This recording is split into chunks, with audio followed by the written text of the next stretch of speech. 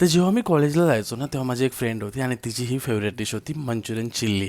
आणि तिनेच मला दाखवलं होतं की मंचुरियन चिल्ली हा प्रकार पण असतो. नाही तर मला नव्हतं माहिती याच्या आधी की मंचुरियनची चिल्ली पण बनवली जाते. नाही तर आपल्या हातगाडीवरती जायचं, मंचुरियन घ्यायचे 20 रुपयाचे, ते लालवाले आणि त्यामध्ये लालवाली चटणी आणि ती खायचं. हेच करत करत आलेलो. पण तिच्यामुळे मला कळालं की मंचुरियनची चिल्लीसुद्धा बनते.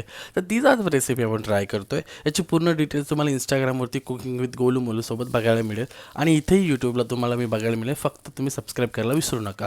इथे ना जी रेसिपी बनवते ती मी एक ठिकाणी खाल्ली आणि तशीच ॲज इट इज सेम बनवायचा ट्राय केली. आता ही माझ्या फ्रेंडची खूप क्लोज होती, तिला खूप आवडायची आणि तिच्यासाठी मी आजही बनवतो आहे.